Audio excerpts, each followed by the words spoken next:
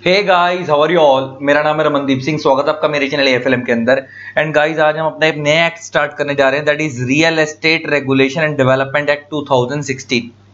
Real estate regulation and development act 2016। अच्छा, ये जो एक्ट में पढ़वाने वाला है इसको हम शॉर्ट में रेरा भी बोलते हैं। और रेरा एक्ट क्यों बोलते हैं, क्योंकि मैं तुम्हारे को बताऊंगा। इस एक्ट में एक बॉडी है जिसका नाम है रियल एस्टेट रेगुलेटरी अथॉरिटी, तो इसलिए उसको शॉर्ट में रेरा बोलते हैं। तो इसको हम रेरा एक्ट भी बोल देते हैं। ये एक्ट की रेलेवेंस क्या है और ये एक्ट की कितनी अच्छी खासी इंपॉर्टेंस है मैं तुम्हें बताऊंगा। ऑल्दो आप देख रहे हो कि 2016 का एक्ट है, तो कोई ज्यादा पुराना एक्ट नहीं है। ऐसा नहीं कि कोई 20, 25, 30 साल पुराना एक्ट पढ़ रहे हैं। तो इस एक्ट का रोल क्या है पहले इसको समझते हैं। अच्छा, एक चीज तो क्लियर हो रही है कि नाम से क्लियर है कि ये एक्ट रियल एस्टेट में डील करता है। रियल एस्टेट में जो बिल्डर्स हैं, सोसाइटीज बनाते हैं, बड़े बड़े फ्लैट्स बनाते हैं, कंस्ट्रक्शन कंपनीज है बड़ी बड़ी, उनके ऊपर ये लॉ लगता है। डिटेल में बात करेंगे रियल एस्टेट की डेफिनेशन क्या है, बिल्डर की डेफिनेशन क्या है, अलॉटी कौन, जिसको फ्लैट अलॉट होता है हम अलॉटी बोलते हैं, उसकी क्या डेफिनेशन है, अभी हम उसके बारे में पढ़ेंगे आगे जाके। मगर रफली एक आइडिया समझे तो एक्ट किस पे लगता है? रियल एस्टेट कंपनीज के ऊपर लगता है, रियल एस्टेट सेक्टर के ऊपर लगता है। इसको लाने का लॉजिक के पहले मैं उसके ऊपर बात करता हूं। आपको पता होगा इंडिया में पहले क्या होता था, जो रियल एस्टेट होता था ना, बिफोर 2016 इंडिया में क्या होता था, 2016 से पहले इंडिया में रियल एस्टेट सेक्टर जो है वो एक अनरेगुलेटेड सेक्टर था। क्या था? अनरेगुलेटेड सेक्टर था। अनरेगुलेटेड सेक्टर समझते हो, मतलब इनका कोई माई बाप नहीं था। मतलब जैसे एग्जांपल लेके बात करें, तुम्हारे को पता है इंडिया में इंश्योरेंस कंपनीज हैं। आपको पता है इंश्योरेंस कंपनीज के लिए इंडिया में एक रेगुलेटर है। इंश्योरेंस कंपनीज के लिए इंडिया में रेगुलेटर है जिसका नाम है IRDA, insurance regulatory development authority. अच्छा, इंडिया में लिस्टेड कंपनीज के लिए जो स्टॉक मार्केट में ट्रेड होती हैं उनके लिए इंडिया के अंदर एक रेगुलेटर है, सेबी। अच्छा, इंडिया में जो टेलीकॉम कंपनीज हैं, टेलीकॉम कंपनीज, उनके लिए इंडिया में रेगुलेटर है, ट्राई, एटसेट्रा। मतलब मैं कहना यह चाह रहा हूं कि इंडिया में हर इन कंपनियों के लिए क्या है, रेगुलेटर्स है। मतलब इंडिया में बहुत सारे सेक्टर ऐसे हैं, इंश्योरेंस सेक्टर हो गया, टेलीकॉम सेक्टर हो गया, इनके रेगुलेटर हैं, इसलिए मैंने बोलते हैं रेगुलेटेड सेक्टर्स। तो ऐसी कंपनीज का जिनके स्पेसिफिक रेगुलेटर होते हैं, जिनको कंट्रोल करते हैं, उन्हें हम बोलते हैं रेगुलेटेड सेक्टर्स। रेगुलेटेड सेक्टर्स क्योंकि इनको रेगुलेट किया जा रहा है। आपको कोई भी दिक्कत है किसी लिस्टेड कंपनी से, आप सेबी के पास कंप्लेंट कर सकते हो। आपको किसी इंश्योरेंस कंपनी से कोई दिक्कत है, आप इरडा के पास कंप्लेंट कर सकते हो। आपको किसी टेलीकॉम कंपनी से कोई दिक्कत है, आप ट्राई के पास कंप्लेंट कर सकते हो, telecom regulatory authority of India, है ना। मगर रियल एस्टेट के लिए इंडिया में कोई सेक्टर, मतलब कोई स्पेसिफिक रेगुलेटर नहीं था। Before 2016 there was no specific regulator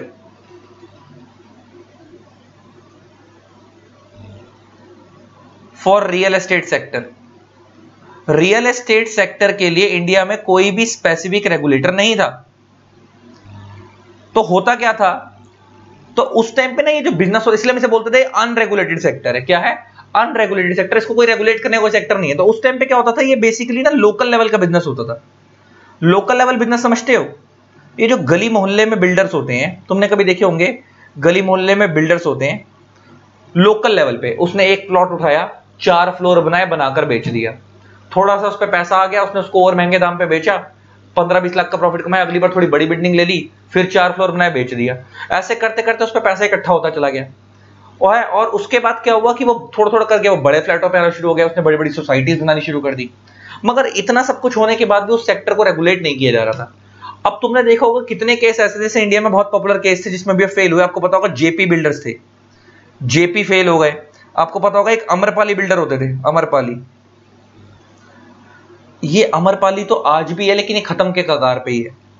Parshvanath है दिल्ली के अंदर। ये सब मैं वो वाले बता रहा हूं जो खत्म होने की कगार पे हैं, या खत्म हो चुके हैं, या तो खत्म हो चुके हैं या होने वाले हैं। पार्श्वनाथ है, ये सब वो बिल्डर्स हैं या तो जो खत्म हो चुके हैं या होने वाले हैं। इनके इतने बुरे हालात थे, कहा जाता था, तुमने सुना होगा नोएडा में, गुड़गांव में कितने सारे बिल्डर ऐसे थे कि कस्टमर्स से पैसा ले लेते थे। फ्लैट अलॉट करने के बाद एडवांस पैसा ले लिया 10%, 20%, कि बाकी पैसा पोजेशन देने के बाद लेंगे आपसे। और 10-10 साल तक फ्लैट ही अलॉट नहीं करे, फ्लैट बने ही नहीं। बिल्डिंगों के पैसे ले लिए, बिल्डिंगें बनी ही नहीं, उस जगह पे कोई बिल्डिंग बनी ही नहीं, उस जगह का कोई लेन देन नहीं, या कंस्ट्रक्शन चालू ही बीच में रुक गई, अच्छा, कितनी बार तो बिल्डर ऐसा करते थे, प्री लॉन्च ऑफर निकालते थे। प्री लॉन्च ऑफर निकालने से क्या होता था, मान लो एक बहुत बड़ा प्लॉट है, इसके अंदर मान लो मिस्टर ए है, ये एक बिल्डर है, इसने क्या करा, अपने कस्टमर्स को बोला कि हम तुम्हारे को प्री लॉन्च ऑफर निकाल रहे हैं, हम इस बिल्डिंग के अंदर, उन्होंने अपना एक प्लॉट दिखा दिया उनको, एक प्लॉट की जगह दिखा दी, अभी कोई फ्लैट बना भी नहीं है, एक प्लॉट की जगह दिखा दी कि हम इस प्लॉट पे बिल्डिंग बनाएंगे और हम एक फ्लैट 50 लाख रुपए का रखेंगे, एक फ्लैट 3 BHK का 50 लाख का रखेंगे, सपोज उन्होंने ऐसे कॉस्टिंग रखी। लेकिन अगर आप अभी ले लोगे लॉन्च होने से पहले तो हम आपको 45 लाख में दे देंगे, तो सीधा 5 लाख का डिस्काउंट है। तो कस्टमर ये सोच रहा है कि यार आज से 1-1.5 साल बाद जब बन जाएगा तब मैं लूंगा, तो 50 का पड़ेगा, अभी 1-1.5 साल में 45 का मिल रहा है, पहले ही सस्ता लेने में, अभी लॉन्च होने से पहले। तो कितने कस्टमर ऐसे होते थे कि 5 लाख रुपए 10 लाख रुपए एडवांस मनी पकड़ा देते थे। क्या पकड़ा देते थे? एडवांस मनी की, बाकी पैसा फ्लैट बनने के बाद दे देंगे। और बिल्डरों के हालात इतने बुरे थे कि उनके पास बिल्डिंग तो थी, जगह तो होती थी, वो भी लोन पे होती थी कई बार, और जो ये एडवांस मनी मिलती थी ना, इससे बिल्डिंग बनानी चालू करते थे। इन पर खुद पे इतने पैसे भी नहीं होते थे, जो एडवांस मनी कस्टमरों से खींचते थे उससे बिल्डिंग बनानी चालू करते थे। और आखिरी में क्या होता था, पैसा बचता नहीं था तो उसके बिल्डिंग रुक जाती थी। कितनी बार तो फ्लैट अलॉट भी नहीं होते थे। इतनी बड़ी बड़ी दिक्कतें थी पहले के जमाने में। पहले के जमाने में 2016 से पहले की बात करो, जब ये इंडिया में कोई अथॉरिटी नहीं थी, तो या तो फ्लैट बनते थे, बनते बनते बीच में रुक जाते थे, या फ्लैट बनते ही नहीं थे, बिल्डर जगह दिखा देते थे कि इस जगह पे बनेंगे, प्री लॉन्च ऑफर में पैसा लेते थे, बाद में फ्लैट बनते ही नहीं थे, फिर केस करते रहो। और जब 2016 में, ये 2016 से पहले कोई रेगुलेटरी बॉडी तो थी नहीं, तो केस पता है कहां जाता था? या तो कंज्यूमर कोर्ट में जाता था, या तो कंज्यूमर कोर्ट में जाएगा, या नॉर्मल कोर्ट्स में जाएगा, डिस्ट्रिक्ट कोर्ट्स वगैरह में, अब वहां जा सकते हो। अब यहां पे आपको पता है एक बार केस चला जाए कंज्यूमर कोर्ट में तो फिर भी थोड़ा जल्दी होता है, लेकिन डिस्ट्रिक्ट कोर्ट में अगर एक बार चला जाए तो 4 से लेकर 6 साल तो कहीं नहीं गए, लड़ते रहो बैठ के, उसमें भी जरूरी नहीं कि डिसीजन आएगा, तारीख पे तारीख, तारीख पे तारीख पड़ती रहेगी। तो इन सारी दिक्कतों को दूर करने के लिए इंडिया में एक रेगुलेटरी बॉडी बनाई गई, एक नया एक्ट लाया गया जिसका नाम क्या था? Real estate regulation development act 2016। और इसमें एक न्यू बॉडी बनाई गई जिसका नाम है RERA, real estate regulatory authority. एक नई बॉडी बनाई गई जिसका नाम क्या था? RERA, real estate regulatory authority. RERA की फुल फॉर्म क्या है? Real estate regulatory authority. जैसे लिस्टेड कंपनीज के लिए सेबी है, इंश्योरेंस कंपनीज के लिए इरडा है, सेम टेलीकॉम कंपनीज के लिए ट्राई है, ऐसे ही रियल एस्टेट कंपनीज के लिए इंडिया में कौन सा रेगुलेटर आ गया? रेरा आ गया। तो 2016 में एक नई बॉडी लाई गई जिसका नाम क्या है? रेरा।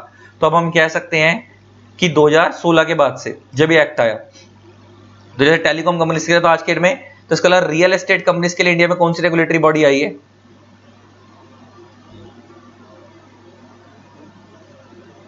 इंडिया में कौन सी रेगुलेटरी बॉडी आई है? रेरा। कौन सी आई है? रेरा। रियल एस्टेट कंपनीज के लिए इंडिया में कौन सी रेगुलेटरी बॉडी है? रेरा। अच्छा, एक खासियत बताऊं तुम्हारे को, रेरा आज की डेट में ये बहुत खतरनाक रेगुलेटर है, बहुत स्ट्रिक्ट एक्शन लेता है। आज की डेट में, उस टाइम तो अनरेगुलेटेड सेक्टर था तो कोई भी बंदा कुछ भी करता था। आज की डेट में बिल्डर जो है, कोई भी न्यू बिल्डिंग बनाता है तो उसको उस बिल्डिंग को बनाने से पहले ही अपने आप को रजिस्टर करवाना पड़ता है। किसके पास? रेरा के पास। और रेरा आपको क्या देगा? एक रजिस्ट्रेशन नंबर अलॉट करेगा और उसके नीचे लिख देगा RERA approved, registration number allot कर देगा। इसको ना हम रेरा की भाषा में बोलते हैं प्रोजेक्ट। क्या बोलते हैं? प्रोजेक्ट। मान लो अगर एक बिल्डर के 4 नई जगह, 4 लोकेशनों पे 4 नई बिल्डिंग बननी है, तो उस एक बिल्डिंग को हम बोलेंगे प्रोजेक्ट 1, एक बिल्डिंग को बोलेंगे प्रोजेक्ट 2, एक बिल्डिंग को बोलेंगे प्रोजेक्ट 3, एक बिल्डिंग को बोलेंगे प्रोजेक्ट 4। तो रेरा की नजरों में इसे हम क्या बोल रहे हैं? प्रोजेक्ट बोल रहे हैं। तो एक बिल्डिंग में अगर 20 फ्लोर बनने हैं, तो अगर मान लो उसके अच्छा प्रोजेक्ट के भी अलग नाम होते हैं। मान लो एक सोसाइटी है, एक बिल्डर 4 सोसाइटी बना रहा है एक सेक्टर में। मान लो नोएडा के अंदर 4 सेक्टर पकड़ लिए उसने, एक सेक्टर 20, एक सेक्टर 30, एक सेक्टर 25, एक सेक्टर 28, ऐसे मान लो 4 सेक्टर पकड़ लिए बिल्डर ने, और हर एक सेक्टर में एक सोसाइटी बना दी। एग्जांपल लेके बात कर रहे हैं।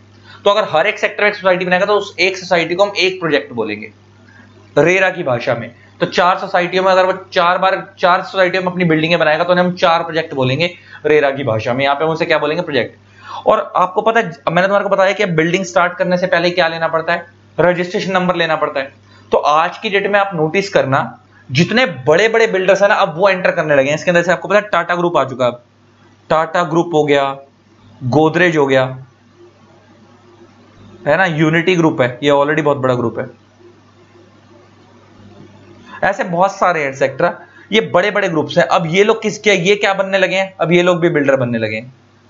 पहले नहीं थे ये सेक्टर में, लेकिन अब बनने लगे हैं और इतने बड़े बड़े बिल्डर हैं। और आप देखना, कभी टीवी में देखना, कई बार टाटा और गोदरेज की तो मैंने कई बार नोटिस करा है, टीवी में जब ऐड आती है ना फ्लैट्स पे सेल के लिए, डीएलएफ वगैरह जो है, डीएलएफ तो आपको पता है पहले से ही है, एटसेट्रा, डीएलएफ तो पुराना है, एटसेट्रा। आप देखना टीवी वगैरह में जब टाटा की गोदरेज की ऐड आती है ना फ्लैट सेल करने की, कि ये सोसाइटी बन रही है, हम लोग ये फ्लैट बना रहे हैं, इस लोकेशन पे बना रहे हैं, तो वहां पे जब तुम देखोगे नीचे ऐड, जब जहां ऐड खत्म हो रही है नीचे की तरफ लिखा होता है कि ये जो सोसाइटी है इसके जो प्रोजेक्ट बन रहा है ये रेरा रजिस्टर्ड है। क्या है, रेरा अप्रूव्ड कह लो या रेरा रजिस्टर्ड लिख लो, रेरा अप्रूव्ड कह लो या रेरा रजिस्टर्ड कह लो। तो आज के में जो सोसाइटीज वगैरह बनती है ना उसमें रेरा रजिस्टर्ड लिखा होता है कि रेरा अप्रूव्ड और रेरा रजिस्टर्ड है ये सोसाइटीज, उनके नीचे डला होता है। और बहुत अच्छा खासा आज की डेट में प्रैक्टिसिंग प्रोफेशनल्स के लिए, सीए, सीएस, सीएमएस के लिए इस एक्ट में बहुत बड़ा रोल है, बहुत बड़ा रोल है, बहुत पावर्स दी गई हैं उनको इस एक्ट के अंदर, अभी पढ़ेंगे उसके बारे में आगे। तो ये रेरा अप्रूव्ड रेरा प्रोजेक्ट, और फिर उनको रजिस्ट्रेशन नंबर एक लॉट होता है, रजिस्ट्रेशन नंबर लॉट होता है। इससे क्या फायदा होता है कि वो ट्रैक किया जा सकता है कि इस फ्लैट का स्टेटस क्या है, उस सोसाइटी का, उस प्रोजेक्ट का स्टेटस क्या है, वो ट्रैक किया जा सकता है। और क्या वो रेरा पे एक्चुअल में रजिस्टर्ड है नहीं, आप रेरा की साइट पे विजिट करके चेक कर सकते हो प्रोजेक्ट नंबर डाल के कि एक्चुअल में प्रोजेक्ट रजिस्टर्ड है या नहीं है। अच्छा, और इसका मतलब एक बार प्रोजेक्ट रेरा पे रजिस्टर्ड हो गया तो उसको रेरा कंट्रोल करेगा, प्रेस। और रेरा, अच्छा रेरा ऐसा नहीं कि सारे सब जगह पे रेरा का अप्रूवल लेना है, अभी तुम पढ़ोगे कुछ जगहों पे रेरा का अप्रूवल नहीं लेना होता। छोटे मोटे गली मोहल्ले के जो बिल्डर है ना, आज भी जो गली मोहल्ले में छोटी मोटी साइट बना रहे हैं उनको आज भी अप्रूवल नहीं लेना होता। जो बड़े बड़े बिल्डर से बड़ी बड़ी सोसाइटी बना रहे हैं उनको लेना होता है, वो आगे जाके बात करेंगे उसके बारे में। तो आपको बेस समझ आ रहा है कि रेरा का काम क्या है, कैसे वर्क करता है। अब मैं बात करता हूं इंप्लीमेंटेशन ऑफ रेरा, कि रेरा को इंप्लीमेंट कैसे किया जा रहा है। इंप्लीमेंटेशन ऑफ रेरा,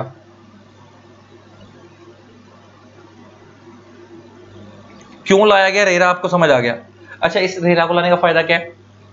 अब एक रेगुलेटरी बॉडी है, किसी कस्टमर ने फ्लैट खरीदा और उसको फ्लैट अलॉट नहीं हुआ, तो उसने एडवांस पैसे दिए थे, पैसे भी वापस नहीं हो रहे हैं, तो अब वो कंप्लेंट कर सकते हैं इसके पास जाके, रेरा के पास जाकर।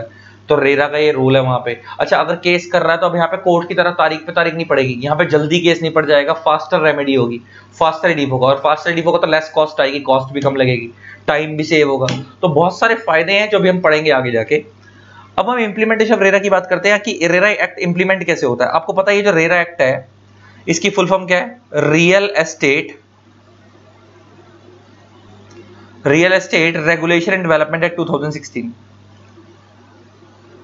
Regulation and development act 2016।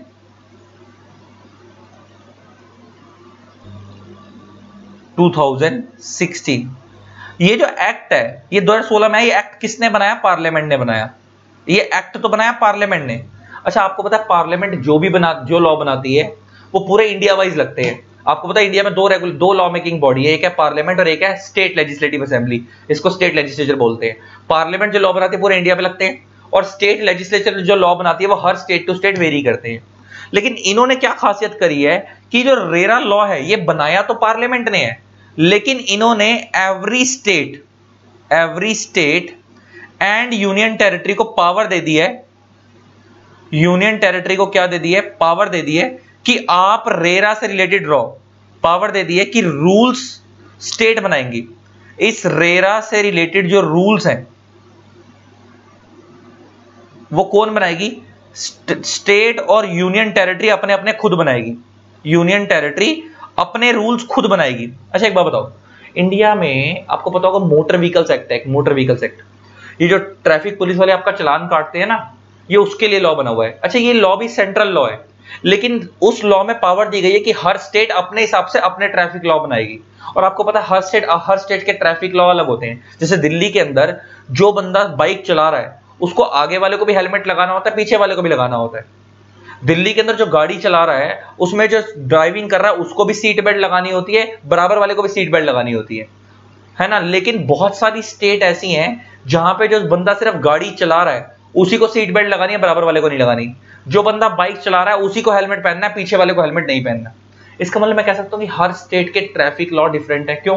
क्योंकि हर बंदे का रहना सहना डिफरेंट है, तो हर स्टेट को अपनी पावर दी गई है कि आप अपनी स्टेट के अकॉर्डिंग अपने ट्रैफिक लॉ बना लो। क्योंकि ट्रैफिक लॉ जो बनाए जाते हैं ना वो कुछ ट्रैफिक लॉस पॉल्यूशन कह रहा हूँ, पॉल्यूशन प्लस पॉपुलेशन के बेस पे बनाए जाते हैं कि उस स्टेट में कितनी पॉपुलेशन। अगर कोई स्टेट ऐसी है जहां पे पॉपुलेशन बहुत कम है, वहां पे रोड पे ट्रैफिक बहुत कम होता है, तो उस केस के अंदर वहां के ट्रैफिक लॉ भी बहुत लिबरल होते हैं, वहां पे ज्यादा रिस्ट्रिक्शंस नहीं होती।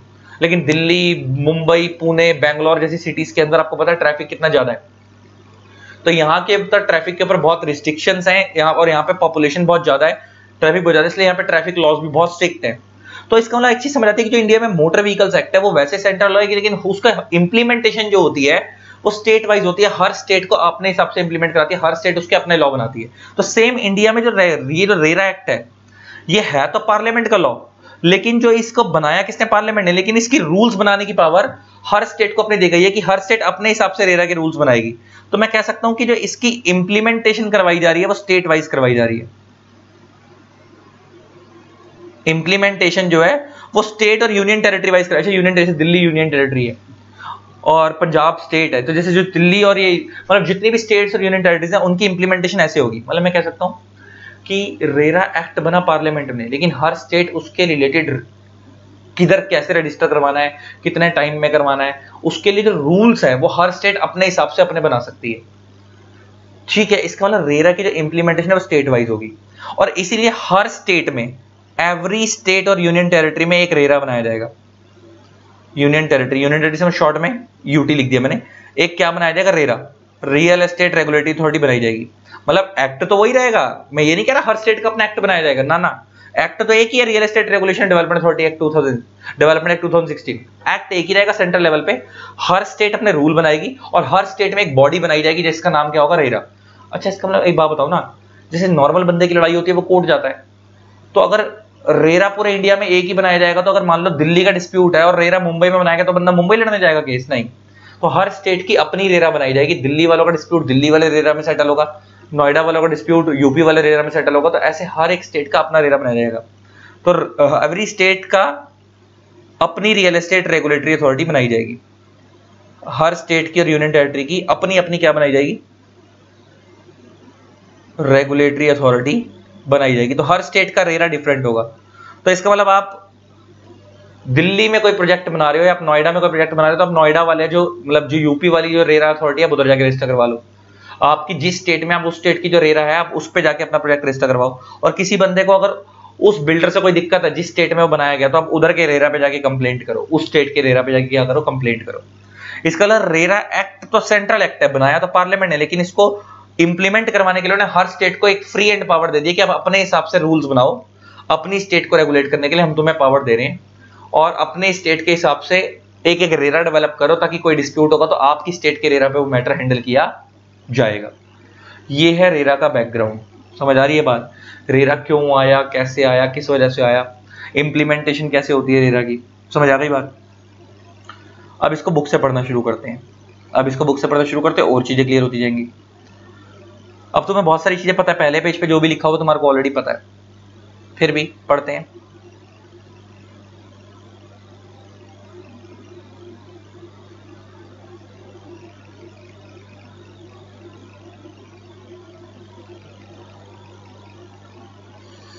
पढ़ो। Real estate sector plays a catalytic role का मतलब पता है, very important role in fulfilling the needs and demand for housing and infrastructure in the country and is an important pillar of the economy। आपको पता है real estate sector, लोगों का सपना होता है कि एक घर हो उनका, है ना। ये तो वो बता सकते हैं जो लोग किराए पे रहते हैं बेचारे, जो लोग किराए पे रहते हैं उनका एक ड्रीम होता है जिंदगी में कि जिंदगी में सक्सेसफुल होंगे तो पहला एक अपना घर बनाएंगे, है ना। तो रियल एस्टेट सेक्टर कितना रोल प्ले करता है, कितने लोगों की सारी जिंदगी की इनकम उनका घर खरीदने में निकल जाती है ना। तो कह रहा बहुत बड़ा रोल प्ले करता था, इसलिए उधर जब तुम सोचो कितने बिल्डर सोचते नहीं है, बिल्डर के लिए सिर्फ एक कस्टमर का पैसा है, कितने लोगों की सारी जिंदगी की कमाई एक फ्लैट में लग जाती है, बिल्डर वो पैसा मार लेते हैं। सोचो उस कस्टमर पे क्या बीतती होगी, कितने कस्टमर तो सुसाइड कर लेते होंगे जिन्होंने फ्लैट बुक करा होता और उनको फ्लैट नहीं मिलता, क्योंकि एक एक बंदा पूंजी करके पैसा जोड़ता है कि मैं एक फ्लैट लूंगा, और बिल्डर वो फ्लैट का पैसा खा जाते हैं। तो सोचो उन बेचारों का क्या होता होगा। कह रहा while this sector has grown significantly in recent years, it has been largely unregulated। पहले सेक्टर क्या था, अनरेगुलेटेड। क्यों था, कोई प्रोफेशनलिज्म नहीं था, अपने हिसाब से बंदा रेगुलेट करता था, कोई स्पेसिफिक रेगुलेटर था नहीं, जो बंदा काम कर रहा है अपने हिसाब से कर रहा है, कोई किसी उस बिल्डिंग को पर्टिकुलर जगह पे कोई रजिस्टर तो करवाना नहीं है, कुछ करवाना तो है नहीं, है ना। तो जो बंदा मुंह उठाकर अपने हिसाब से जो काम करना चाहे वैसे करेगा, ऐसा होता था। तो कह रहा है there was absence of professionalism, standardisation, lack of adequate consumer protection. Lack of adequate consumer protection आपको समझ आ गया क्यों बोल रहे हैं। कंज्यूमर कौन है वहां पे? अलॉटी। कंज्यूमर कौन है इस एक्ट के अंदर? अलॉटी। अलॉटी कौन है? जिसको फ्लैट अलॉट होना है उसे हम यहाँ पे क्या बोल रहे हैं? अलॉटीज। जिन मान लो अगर आपने फ्लैट बुक करवाया तो आप कौन हो? अलॉटी, क्योंकि आपको अल्टीमेटली क्या अलॉट होगा? फ्लैट अलॉट होगा। तो यहाँ पे इस एक्ट में कंज्यूमर्स कौन है? अलॉटी। और कह रहे हैं कि कोई स्टैंडर्डाइजेशन, कोई प्रोफेशनलिज्म नहीं था, पैसे एडवांस ले लिए, पैसा रिटर्न नहीं कर रहे, बिल्डिंग बना नहीं रहे हैं, बिल्डिंग बन नहीं रही है, बिल्डिंग रुक चुकी है, 10-10 साल तक फ्लैट का पोजेशन नहीं मिल रहा, बहुत दिक्कतें थी। It has no sectoral regulator like there are for other specific sector like insurance sector, telecom sector, stock market sector।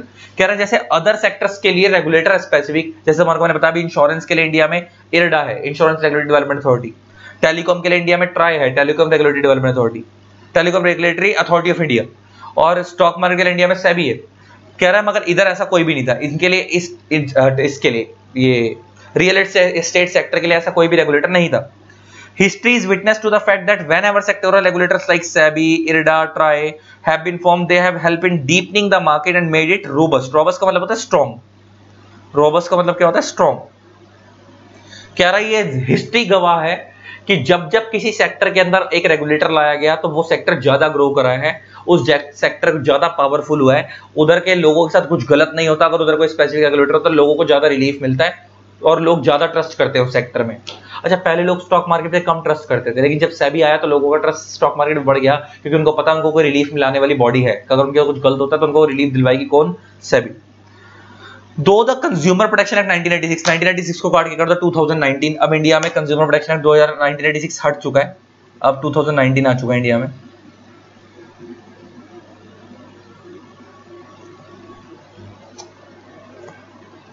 कहता है though the Consumer Protection Act is available as a forum to buyers in the real estate market, the recourse is only curative and is not adequate to the address all the concerns of buyers and promoter in that sector। आ गई बात। वो कह रहे हैं कि although real estate sector India में grow पहले से काम कर रहा है, ग्रो कर रहा है, और इंडिया में कंज्यूमर प्रोटेक्शन एक्ट पहले से था, अभी 2019 चल रहा है, लेकिन पहले भी इंडिया में 2019 से पहले कंज्यूमर प्रोटेक्शन 1986 था। इसका कंज्यूमर प्रोटेक्शन एक्ट इंडिया में बहुत पहले से चल रहा है। तो कह रहा है ऐसा नहीं कि, और अल्टीमेटली आप कोई फ्लैट बुक कर रहे हो तो आप भी कंज्यूमर हो, आप भी एक कस्टमर हो। तो कह रहा है ऐसा नहीं कि जो कस्टमर होते थे, जो फ्लैट बुक करते थे, उनको इंडिया में रिलीफ नहीं मिलता था। उनको रिलीफ दिलवाने के लिए मैंने तुम्हारे को बताया ना, इंडिया में कंज्यूमर प्रोटेक्शन एक्ट होता था, मैंने तुम्हारे को भी लिखवाया भी था कि इंडिया में पहले क्या होता था, कंज्यूमर प्रोटेक्शन एक्ट होता था। कहां लिखवाया था मैं तुम्हारे को ये बात? ये कंज्यूमर कोर्ट होते थे, डिस्ट्रिक्ट कोर्ट होते थे। ऐसा नहीं है कि अगर आपने फ्लैट बुक करा और बिल्डर ने आपको पैसा नहीं दिया तो आपको रिलीफ नहीं मिलता था, या आपको फ्लैट अलॉट नहीं करा तो आपको रिलीफ नहीं मिलता। रिलीफ आपको पहले भी मिलता था, लेकिन कई कई साल लग जाते थे, 4-4 साल, 5-5 साल, 7-7 साल, 10-10 साल लग जाते थे, रिलीफ ही नहीं मिलता था। तो उन सब चीजों को दूर करने के लिए the lack of standardization has been a constraint to the healthy and orderly growth of the industry। Standardisation नहीं था, इंडस्ट्री ग्रो नहीं होती थी, बहुत सारी दिक्कतें थी, क्योंकि कोई चीज स्टैंडर्ड नहीं थी ना। हर बंदा, अच्छा एक बात बताओ, कोई स्टैंडर्ड है? जैसे चंडीगढ़ बहुत प्री प्लान सिटी बनी है, क्या दिल्ली प्री प्लान है? सिस्टमेटिक वे में बनी हुई है? नहीं। दिल्ली के कुछ एरिया आपको सिस्टमेटिक वे में दिखेंगे, लेकिन दिल्ली सिस्टमेटिक वे में नहीं है। सेम मुंबई कोई सिस्टमेटिक वे में नहीं है। आपको वहां पे कोठी की कोठी भी दिखेगी, छोटी छोटी झुग्गियां भी दिखेंगी, छोटी छोटी गली में फ्लैट भी दिखेंगे। तो इसका कोई सिस्टमेटिक वे नहीं था। लेकिन जब बिल्डर बनाते हैं तो हर चीज स्टैंडर्डाइज बनाते हैं, आसपास पार्किंग होगी, है ना, स्विमिंग पूल होगा, पार्क होगा, गार्डन होगा, जिम होगी, सोसाइटी के अंदर ही सब कुछ होगा। कोई सिस्टमेटिक वे नहीं था पहले, क्योंकि कोई रेगुलेटरी सेक्टर भी नहीं था, कोई तरीका भी नहीं था, अपने हिसाब से काम करते थे। गली में रिश्वत दी, काम करवा लिया, है ना, एमसीडी म्युनिसिपैलिटी वालों को पैसा दिया, काम करवा लिया, इस तरीके से काम चलता था। इन view of the above, parliament enacted एक लॉ, पार्लियामेंट ने, देखो मैंने बताया ना, लॉ तो पार्लियामेंट ने बनाया, एक लॉ बनाया गया, कौन सा? Real estate regulation development act 2016, which aims, इस एक्ट का एम क्या है? Protecting the interest and rights and interest of consumers. यहाँ पे कंज्यूमर को ना, लॉटीज जो फ्लैट बुक कर रहे हैं, and promotion of uniformity and standardize of business practice and transaction in the real estate sector. Uniformity laid है। यूनिफॉर्मिटी मींस एक स्टैंडर्डाइज होना चाहिए कि इस बंदे ने अगर फ्लैट बुक करा तो इतने दिन के अंदर फ्लैट अलॉट हो जाएगा, इतना पैसा है बनने के टाइम पे देना, इतना पैसा बनने के बाद देना, हर चीज की यूनिफॉर्मिटी होनी चाहिए। It attempts to balance the interest of consumer and promoter by imposing certain, अच्छा प्रमोटर्स कौन है? जो फ्लैट बना रहे हैं, और कंज्यूमर्स कौन है? जो फ्लैट खरीद रहे हैं। दोनों के ऊपर रिस्पॉन्सिबिलिटीज हैं, खरीदने वालों पे भी और बेचने वालों पे भी। इस एक्ट के अंदर हम पढ़ेंगे आगे जाके। एक सिमेट्री बनाई है प्रमोटर और परचेजर के बीच में कि कॉन्ट्रैक्ट कैसे होगा, मिनिमम स्टैंडर्ड्स क्या होंगे, अगर कोई डिस्प्यूट होगा तो इस एक्ट में कैसे सेटल किया जाएगा फास्ट ट्रैक तरीके से, उसके भी प्रोविजंस बनाए गए हैं। आगे देखो क्या बोलता है, this act will be implemented. अब यहां आ रहा है, अब जो बात आ रही है ना वो इंप्लीमेंटेशन की आ रही है। तो यहाँ पे इसके ऊपर लिख लो, इस इधर एक हेडिंग डालो, इम्प्लीमेंटेशन ऑफ रेरा।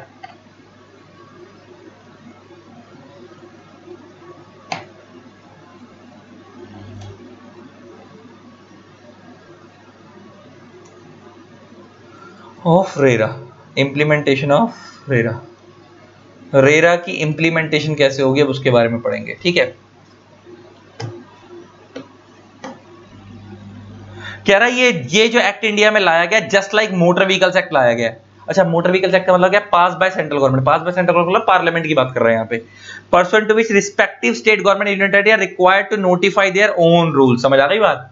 जैसे मोटर व्हीकल्स एक्ट एक सेंट्रल लॉ है, पार्लियामेंट ने बनाया पूरे इंडिया के लिए, लेकिन जो उसके रूल्स है वो हर स्टेट को पावर दे दी गई और यूनियन टेरिटरी को कि आप अपने हिसाब से बनाओ अपनी स्टेट को चलाने के लिए। तो सेम यहाँ पे वो कह रहा है ये जस्ट लाइक उसी के तरीके बनाया गया कि ये लॉ भी पूरे इंडिया के लिए सेम है, लेकिन इसको चलाना कैसे, हर स्टेट में थोड़े बहुत लॉ डिफरेंट हो सकते हैं, अपने हिसाब से बनाओ और अपने हिसाब से रेगुलेट करो। Which would be in the lines of the central act and accordingly administer their own rule। आ गई ना बात? कह रहा है वो चलता तो सेंट्रल एक्ट के हिसाब से रहेगा, लेकिन हर स्टेट थोड़ा बहुत लिटिल बिट मॉडिफिकेशन करके अपने रूल्स खुद बना सकती है। Accordingly every state government and union territory are to be required to promulgate। promulgate का मतलब होता है declare their own real estate rules which should have been passed based on the lines of central real estate regulation development act 2016 and establish a real estate regulatory authority. आ गई बात? तो कह रहा है हर स्टेट का अपने रूल्स बनेंगे, प्लस हर स्टेट अपनी एक रेरा अथॉरिटी बनाएगी। मैंने तुम्हारे बताया था ना, हर स्टेट में एक रेरा बनेगी, हर स्टेट में एक रेरा बनेगी जो इस एक्ट को फॉलो करेगी, जो इस एक्ट को फॉलो करेगी। अब इस एक्ट का ऑब्जेक्टिव क्या है? इस एक्ट को लाने का ऑब्जेक्टिव क्या है? पहला, इंश्योर अकाउंटेबिलिटी। अकाउंटेबिलिटी का मतलब क्या है? आंसरेबिलिटी। अच्छा, क्या भाई आंसरेबिलिटी है? अगर मान लो आपको कोई बिल्डर फ्लैट अलॉट नहीं करता, तो क्या आप रेरा के पास जाकर कंप्लेंट कर सकते हो, उनसे पूछ सकते हो कि हमारे को बिल्डर फ्लैट अलॉट क्यों नहीं कर रहा है ना? अच्छा, क्या उनके ऊपर भी दिक्कत है बिल्डर वाले का? उनको भी पता कि हमारे ऊपर अगर हमने टाइम पे अलॉट नहीं करा तो हमारे ऊपर एक्शन ले लिया जाएगा रेरा में। यस। Infuse transparent. अच्छा, क्या हर चीज ट्रांसपेरेंट है? अच्छा, ये जो मैंने तुम्हारे को बताया कि बड़े बड़े बिल्डर क्या करते हैं, दिखाते हैं कि ये प्रोजेक्ट रेरा अप्रूव्ड है, तो क्या आप तुम वेबसाइट पे जाके चेक कर सकते हो कि ये प्रोजेक्ट रेरा अप्रूव्ड है या नहीं है? क्या इसका रजिस्ट्रेशन नंबर डाल के चेक कर सकते हो? क्योंकि आजकल जब ऐड आती है उसमें रेरा नंबर डाला होता है। तुम किसी बिल्डर के पास फ्लैट खरीदने जा भी रहे हो, तुम उससे पूछ सकते हो कि रेरा अप्रूव्ड है या नहीं है। अगर वो कहता है तो उससे पूछ सकते हो रजिस्ट्रेशन नंबर दिखा, तो आप जाके चेक कर सकते हो। क्या अब ये पैन इंडिया बेस पे काम करेगा? रेरा हर जगह रजिस्टर करना पूरा इंडिया। पैन का मतलब क्या होता है? प्रेजेंस अक्रॉस नेशन, कि पूरा इंडिया लेवल पे स्टैंडर्डाइज है। रूल्स हर जगह थोड़े बहुत चेंज हो सकते हैं, लेकिन लॉ तो पूरे इंडिया के लिए स्टैंडर्डाइज है। कौन सा? रेरा। सिमेट्री बनी हुई है प्रमोटर और लॉटरी के बीच। प्रमोटर कौन है? फ्लैट बना रहे हैं, और लॉटरी के बीच में सिमेट्री है। सिमेट्री मींस कुछ रिस्पांसिबिलिटी उनकी है, कुछ रिस्पांसिबिलिटी उनकी है ना? वही रिस्पांसिबिलिटी पर नीचे भी आ गई। इनके ऊपर रेगुलेटरी ओवरसाइट की जा रही है। रेरा इनके ऊपर हमेशा नजर रखता है कि कोई गलत काम तो नहीं कर रहे। Fast track dispute resolution procedure है इस एक्ट के अंदर, कि अगर इस एक्ट में कुछ भी गलत होगा तो आपका केस फास्ट ट्रैक तरीके से रिजॉल्व करवाया जाएगा। और प्रमोट गुड गवर्नेंस। अच्छा, गुड गवर्नेंस का मतलब क्या है? अगर एक बात बताओ, जब इतने अच्छे तरीके से काम चलेगा उस सेक्टर के अंदर, क्या वो सेक्टर अच्छे तरीके से ग्रो करेगा, अच्छे तरीके से गवर्न होगा? यस। ये था एक रेरा का पूरा बेस। समझ आया क्यों लाया गया इंडिया में, कैसे ये काम करता है? ठीक है ना? अब आगे बढ़ते हैं।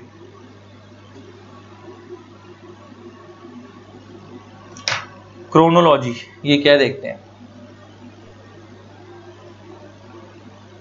अब आगे बढ़ते हैं गाइस। ये जो टॉपिक है ना, क्रोनोलॉजी ऑफ इवेंट्स, ये पता है क्या चीज है? ये तुम्हारे किसी काम का नहीं है, मैं इसको हटा रहा हूं। ये पता है क्या है कि जब इंडिया में रेरा आया था तो आने से पहले क्या क्या मुशक्कत करनी पड़ी थी, वो ये बता रहा है कि पहले उसको प्रपोजल रखा गया है ना, और उसके बाद उसका एक कंसेप्ट पेपर लाया गया, फिर उसको पास करवाया गया, बिल बनाया गया, रियल एस्टेट बिल रहा, फिर वो राज्यसभा में भेजा गया। आपको पता है वो सब, वो पूरा हिस्ट्री बता रहा है कि एक्ट बनने से पहले क्या क्या हुआ। इसका तुम्हारा कोई पेपर से लेन देन नहीं है, तो इसको मैं यहां से हटा रहा हूं। Not for exam, irrelevant for exam, ये पूरा काट रहा हूं मैं। ठीक है जी, खत्म। अब सीधा यहां से स्टार्ट कर रहे हैं। Salient features of the real estate regulation and development act 2016। इस एक्ट के फीचर्स क्या हैं? अच्छा, इसमें थोड़ी थोड़ी ना कमियां भी हैं, वो ठीक ठीक कराता जाऊंगा मैं साथ साथ। पहला, establish real estate regulatory authority for regulation and promotion of real estate sector. आपको पता ही है इस एक्ट के अंदर एक बॉडी बनाई गई है रेरा, और आपको पता है वो स्टेट वाइज बनाई गई है। मैंने तुम्हारे को ये भी बताया था कि वो कैसे बनाई गई है, स्टेट वाइज बनाई गई है। रेरा जो बनी है वो कैसे बनी है?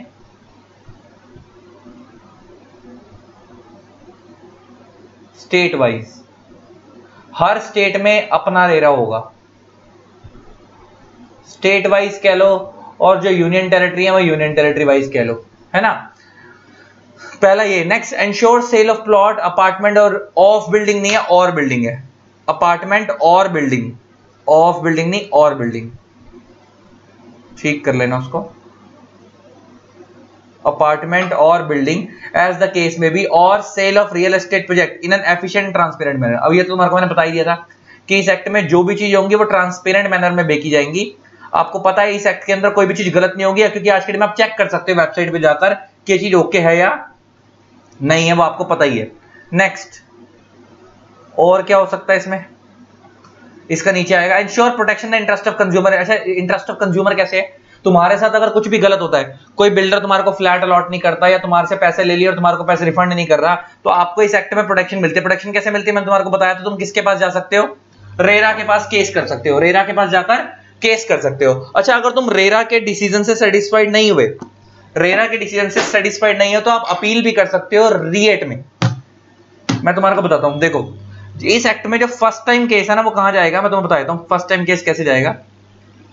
इस एक्ट में फर्स्ट टाइम केस जाएगा रेरा पे।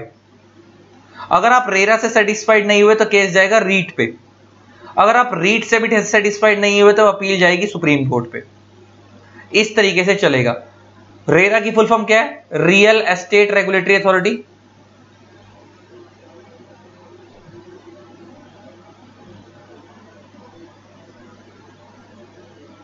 रीट की फुल फॉर्म क्या है, real estate appellate tribunal, real estate appellate tribunal, appeal से बना एपिलेट, एपिलेट ट्रिब्यूनल। और लास्ट क्या है, सुप्रीम कोर्ट। तो मतलब अगर रेरा में फर्स्ट टाइम केस जाएगा, अगर आप सेटिस्फाइड नहीं हो तो अपील जाएगी रीट में, अगर आप अगेन सेटिस्फाइड नहीं तो अपील कहां जाएगी, सुप्रीम कोर्ट में। ये इस एक्ट की क्या है, अथॉरिटीज हैं, इन पे केस जाएगा। तो मतलब आपको यहाँ पे इसका कंज्यूमर्स कौन है, यहाँ पे अलॉटीज, जिनको फ्लैट अलॉट हो रहा है तो उनका इंटरेस्ट प्रोटेक्ट हो रहा है। Next, establish N adjudicating mechanism. Adjudicating मतलब है केस लड़ना, जुडिकेटिंग मतलब declaration, mechanism for speedy dispute redressal. Redressal का मतलब होता है रिलीफ, आपको स्पीडी डिस्प्यूट का रिलीफ करवाया जाए, सेटल करवाया जाए। एंड ऑल्सो जो एस्टैब्लिश एपिलेट ट्रिब्यूनल। देखो एक तो एडजुडिकेटिंग मैकेनिज्म बनेगा, एडजुडिकेटिंग मैकेनिज्म का मतलब है रेरा। आपका फर्स्ट टाइम केस कहां जाएगा, रेरा पे, स्पीडी डिस्पोजल के लिए। और कह रहा है एक एपिलेट ट्रिब्यूनल भी बनेगी, और एपिलेट ट्रिब्यूनल का मतलब क्या है इस एक्ट के अंदर, रीट। तुम्हारे को अब दोनों पता है, ताकि आपके डिसीजन फास्ट सॉल्व हो। Next, regulate the transaction between buyer and promoters of residential and real estate project. अच्छा एक बात बताओ, regulate transaction between buyer and promoter. Promoter का मतलब क्या है यहाँ पे, बिल्डर्स। प्रमोटर मतलब किसकी बात हो रही है, बिल्डर। जो बिल्डर फ्लैट बनाकर देंगे, आपस में आपके और उसके बीच में क्या ट्रांजैक्शन होगी, उस एक्ट को रेगुलेट, उन ट्रांजैक्शंस को रेगुलेट कौन करेगा, ये करेगा, ये एक्ट करेगा। नेक्स्ट आता है, ये एक प्रोजेक्ट खत्म हो गया, यही खत्म हो गया पॉइंट। ये नेक्स्ट पॉइंट नीचे आएगा, establish state level regulatory authority called RERA. अच्छा मैं स्टेट लेवल रेगुलेटरी अथॉरिटी क्यों बोल रहा है, तुम्हारे को मैंने बताया अभी कि रेरा जो बनता है वो स्टेट वाइज बनता है। कैसे बनता है, स्टेट वाइज बनता है। तो कह रहा है स्टेट लेवल रेगुलेटरी अथॉरिटी बनेगी, रेरा बनेगी। आगे क्या बोलता है, residential area real estate project with some exception need to be registered with RERA. अच्छा एक बात बताओ, जितने रेजिडेंशियल रियल एस्टेट प्रोजेक्ट्स होते हैं जिसमें आप लोग रहते हो, जो बिल्डर फ्लैट बना कर देते हैं, क्या उनको आपको पहले रेरा में रजिस्टर करवाना पड़ेगा? Yes. Residential real estate project का मतलब ये नहीं कि जो गली मोहल्ले में बिल्डर बना रहे हैं उनकी बात कर रहा है। रेजिडेंशियल का मतलब है जैसे आप लोग जाकर रह रहे हो, तो वो कुछ एक्सेप्शंस के केस में, अच्छा गली मोहल्ले के जो बिल्डर हैं वो छोटे बिल्डर हैं, तो उनको इसलिए यहाँ पे लिख दिया सम एक्सेप्शंस। मैंने तुम्हारे को बताई भी थी स्टार्टिंग में भी बात, क्या सारे फ्लैट्स को या सारे प्रोजेक्ट को रजिस्टर करवाना है? अच्छा जितने बिल्डर गली में बिल्डिंग बना रहे हैं क्या सबको रेरा पे रजिस्टर करवाना है? मैंने बताया था तुम्हारे को कि कुछ एक्सेप्शन है, आगे मैं बताऊंगा कि इन लोगों को रेरा में अपना प्रोजेक्ट रजिस्टर नहीं कराना। और यहाँ पे प्रोजेक्ट का मतलब क्या, पूरी बिल्डिंग। एक बिल्डिंग में 200 फ्लोर बन रहे हैं और 200 फ्लैट बन रहे हैं, तो वो 200 के 200 फ्लैट क्या है, एक प्रोजेक्ट है बिल्डर का, है ना। एक वो सोसाइटी बना रहा है, वो सोसाइटी पूरा क्या है, एक प्रोजेक्ट है। तो कह रहा है आपको अपने आप को क्या करवाना पड़ता है, रजिस्टर करवाना पड़ता है रेरा के पास, लेकिन विद सम एक्सेप्शंस, मतलब कुछ केसेस में नहीं कराना होता। वो क्या केसेस हैं मैं तुम्हारे को भी आगे जाके पढ़वाऊंगा, किन केसेस में आपको रेरा पे रजिस्टर नहीं करवाना होता। Next, promoter can not book और offer this project for sale without registering them. आ गई ना बात, मैंने तुम्हारे को क्या बोला था, विदाउट रजिस्टरिंग देम मतलब क्या, रजिस्टर कहां कराना पड़ेगा, that is registering with RERA. Register कहां होंगे, रजिस्टर कहां होंगे, रजिस्टरिंग विद रेरा। एक मिनट यार, एक मिनट, पेन गिर गया।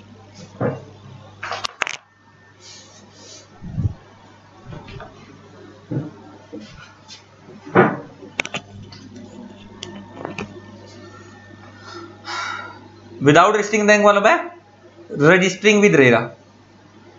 रजिस्टर कहां होंगे, विद रेरा। मतलब आप अपना फ्लैट तब तक लॉन्च नहीं कर सकते बड़े बड़े बिल्डर, जब तक उसको अपने आप को रेरा पे रजिस्टर नहीं करवाएंगे। और मैंने तुम्हारे को बताया भी था कि जैसे गोदरेज की, टाटा की, आजकल जब टीवी में ऐड आती है, आजकल आपको पता है टाटा, गोदरेज, ये बड़े बड़े जो इंडस्ट्रीज थी ये भी आजकल इंफ्रास्ट्रक्चर लाइन में, रियल एस्टेट सेक्टर में आ गई हैं। तो ये लोग जब अपना फ्लैट प्रमोट करते हैं, टीवी के ऊपर इनकी ऐड आती है, तो नीचे लिखा होता है कि प्रोजेक्ट रजिस्टर्ड विद रेरा और रजिस्ट्रेशन नंबर लिखा होता है। तो नीचे ये कह रहा है real estate agent dealing in this project also need to be registered with RERA. अच्छा, जो ब्रोकर बिकवा रहे हैं ना, गली मोहल्ले में तो कोई भी बिकवा देता है, यहां जो एजेंट प्रोजेक्ट बिकवा रहे हैं, जो डील कर रहे हैं एजेंट, वो उनको भी अपने आप को रेरा रजिस्टर करवाना पड़ेगा। मतलब जो बिल्डर है जिसने फ्लैट बनाया वो तो रेरा रजिस्टर हो गई, जो रियल एस्टेट एजेंट्स हैं जो उनके फ्लैट्स को बिकवा रहे हैं उनको भी अपने आप को क्या करवाना पड़ेगा, रेरा रजिस्टर करवाना पड़ेगा। जब भी ये प्रमोटर बोले तो प्रमोटर का मतलब किसकी बात हो रही है, बिल्डर्स की बात हो रही है जो फ्लैट बना रहे हैं यहाँ पे। Next, registration of the project, the promoter registration of project. इसमें यहां पे देखो, इसमें ना कुछ करेक्शन करवानी है इस लाइन के अंदर, लिखो, थोड़ा सा करेक्शन करवा रहा हूं। द प्रमोटर आफ्टर रजिस्ट्रेशन, यहां पे लिखो, प्रमोटर के बाद लिखो, इस लाइन को हटा दो, इस लाइन को हटा दो, यहां पे ऐसे लिखो, the promoter after registration must upload details of the projects of the on the website of the RERA. अच्छा, आ गई ना बात। मैं तुम्हारे को क्या बताया कि आपको अपने आप को रजिस्टर करवाना है पहले रेरा के पास, मतलब वहां पे जाके लॉगिन आईडी पासवर्ड बनाना है। जैसे होता है ना, तुम पहले कभी किसी वेबसाइट, फेसबुक है, फेसबुक पे पहले क्या होता है, तुम पहले अपना लॉगिन आईडी पासवर्ड बनाते हो, फिर तुम अपने अंदर जाके फोटो वोटो सब अपलोड करते हो। तो सेम यहाँ पे भी है, पहले आप अपना लॉगिन आईडी पासवर्ड बनवा लो, अपने आप को रजिस्टर करवा लो, फिर उसके बाद सारी डिटेल्स अपलोड करो वहां पे जाके कि आपकी फ्लाइट साइट कहाँ है, प्लान क्या है आपका, कितना टाइम में प्रोजेक्ट कंप्लीट हो जाएगा, वो सारी डिटेल्स रेरा की वेबसाइट पे अपलोड करो। समझ आ गया ना, जस्ट लाइक फेसबुक वाला काम है। जैसे पहले आप लॉगिन आईडी पासवर्ड बना रहे हो, मतलब आपने अपने आप को फेसबुक पर रजिस्टर करा लिया। सेम यहाँ पे पहले प्रमोटर्स को क्या कराना पड़ेगा, अपने आप को रजिस्टर करवाना है, और रजिस्टर करवाने के बाद उन्हें क्या करना है, आफ्टर रजिस्ट्रेशन क्या करना है कि सारी डिटेल्स रेरा की वेबसाइट पे अपलोड करनी है। लाइक आपका साइट कहां पे है, आपका प्लान क्या है, कितने टाइम में आपकी साइट कंप्लीट हो जाएगी, पूरी detail. Next, amount collected from buyer for project must be maintain a separate bank account, must only be used for construction of that project. आ गई ना कितनी इंपॉर्टेंट बात है कि जो पहले बिल्डर्स क्या करते थे, पैसा लेकर मिसयूज करते थे, उस पैसे का इधर उधर लगा देते थे। लेकिन आज की डेट में वो कह रहा है कि बिल्डर जो भी पैसा कलेक्ट करेंगे उसे अपने कंपनी के करंट अकाउंट में नहीं डालेंगे, एक सेपरेट बैंक अकाउंट खुलवाया जाएगा, और उसको जो बिल्डिंग के लिए पैसा लिया गया उसी पर्पस के लिए उसके लिए कहीं और नहीं किया जाएगा। Next, right to legal representation on behalf of the client. Client का मतलब है कि अगर आपके साथ कुछ गलत होता है इस एक्ट में, तो आप अपने लिए कि जैसे एक बात बताओ, जैसे नॉर्मल क्या होता है कि अगर नॉर्मल आपके साथ कुछ गलत हो जाए तो आप कोर्ट में केस लड़ने के लिए किसको हायर करते हो, एडवोकेट को हायर करते हो। लेकिन वो कह रहा है अगर आपके साथ इस एक्ट में कुछ गलत होता है तो आप सीएस को, सीए को, कॉस्ट अकाउंटेंट को, लीगल प्रैक्टिशनर को, मतलब एडवोकेट, लीगल प्रैक्टिशनर होता है एडवोकेट, आप किसी को भी आप अपॉइंट कर सकते हो अपने आप को लीगल रिप्रेजेंट करने के लिए, आपका केस लड़ने के लिए। इसका मतलब नॉर्मल जो कोर्ट्स होते हैं वहां पे तो आपका केस खाली कौन लड़ सकता है, एडवोकेट लड़ सकते हैं। लेकिन इस एक्ट के अंदर आपका केस सीए, सीएस, सीएम में लॉयर सब लड़ सकते हैं आपके बिहाफ पे, आप जिसको भी अपॉइंट करना चाहो कर सकते हो। ये होगा इसके सैलिएंट फीचर्स, इस एक्ट के क्या होगा, ये सैलिएंट फीचर्स। अब हम पढ़ते हैं एडवांटेजेस ऑफ रेरा। इस एक्ट के एडवांटेजेस क्या हैं, रेरा की एडवांटेजेस क्या हैं, इसके बारे में पढ़ते हैं। एडवांटेजेस ऑफ रियल एस्टेट, इस एक्ट के फायदे क्या, एफडीआई। अच्छा, एफडीआई क्या होता है, फॉरेन डायरेक्ट इन्वेस्टमेंट। जब कोई बाहर का बंदा, जब कोई फॉरेनर इंडियन कंपनी की इक्विटी शेयर्स में इन्वेस्ट करता है लॉन्ग टर्म पर्पस के लिए, तो उसे हम बोलते हैं एफडीआई। एफडीआई किसको बोलते हैं, समझ आ गया, जब कोई फॉरेन का इन्वेस्टर इंडियन कंपनी के इक्विटी शेयर खरीदता है लॉन्ग टर्म पर्पस के लिए, तो उसे हम बोलते हैं एफडीआई। अच्छा, क्या एफडीआई इंक्रीज होगी इस सेक्टर के अंदर, रियल एस्टेट सेक्टर में? अच्छा, पहले लोग बिल्डर्स पे ट्रस्ट नहीं करते थे, अब बाहर के लोग इंडिया में रियल एस्टेट सेक्टर में पैसा लगाना चाहते हैं, बड़े बड़े बिल्डर्स की कंपनी में पैसा लगाना चाहते हैं, बड़ी बड़ी कंपनियों के, रियल एस्टेट कंपनियों के शेयर खरीदना चाहते हैं। तो जब वो बड़ी बड़ी कंपनियों के शेयर खरीदेंगे उसे हम एफडीआई बोलते हैं। अच्छा, पहले तो वो लोग इसलिए पैसा नहीं लगाते थे क्योंकि उनको ट्रस्ट नहीं होता था बिल्डर्स के ऊपर कि कल को उनके साथ अगर कुछ गलत हो गया तो उनको न्याय कैसे मिलेगा, जो फॉरेन के इन्वेस्टर न्याय कैसे मिलेगा। लेकिन उन्हें पता है आज की डेट में ये अनरेगुलेटेड सेक्टर नहीं है, रेगुलेटेड सेक्टर है। अगर किसी के साथ भी कुछ भी गलत होता है तो न्याय कैसे मिलेगा, आप रेरा पे जाके केस कर सकते हो, आप रीट में जाके अपील कर सकते हो, बहुत सारे अब आपके अगेंस्ट आपको सुनवाई करने के लिए आपकी अथॉरिटीज बन चुकी हैं। तो इसलिए एफडीआई इंक्रीज होगी, फॉरेनर्स हमारे इंडिया में ट्रस्ट करेंगे। रिडक्शन लिटिगेशन, लिटिगेशन वाला कहते हैं मुकदमेबाजी। अच्छा, एक बात बताओ, जब गली मोहल्ले में इलीगल, जो गली मोहल्ले में कोई रियल एस्टेट सेक्टर, आपको पता है रेरा में कोई रजिस्टर तो करवाता नहीं, और पहले तो कराते नहीं थे, जब उनको पता है कि उनके सर के ऊपर कोई कंट्रोल नहीं है, लोगों के, बिल्डरों के सर के ऊपर कोई कंट्रोल नहीं होता था, तो आपको पता है वो गलत तरीके से काम करते थे। उनको पता था कि कि जो मर्जी कर लो, हमारा कौन सा कुछ होने वाला, ज्यादा से ज्यादा क्या होगा, कोर्ट में केस चला जाएगा, और कोर्ट में केस 5-5 10-10 साल चलता है। लेकिन अब क्या तुम्हें नहीं लगता कि रेरा आने की वजह से बिल्डर्स के दिमाग में भी डर बैठेगा, कुछ भी गलत काम करेंगे तो अलॉटी हमारे अगेंस्ट केस कर सकते हैं, रेरा में जा सकते हैं, हमारे अगेंस्ट केस कर सकते हैं।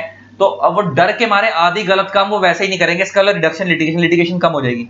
कस्टमर की मैनेजमेंट मतलब ध्यान रखा जाएगा, कस्टमर्स का प्रॉपर डर होगा, ट्रांसपेरेंसी हो गया, उनकी वेबसाइट पर रेरा की वेबसाइट पे चेक कर सकते हो, टाइमली कंप्लीट होगा प्रोजेक्ट क्योंकि पैसे नहीं है, प्रॉपर प्लानिंग के साथ होगा काम, कोई भी गलत काम नहीं होगा।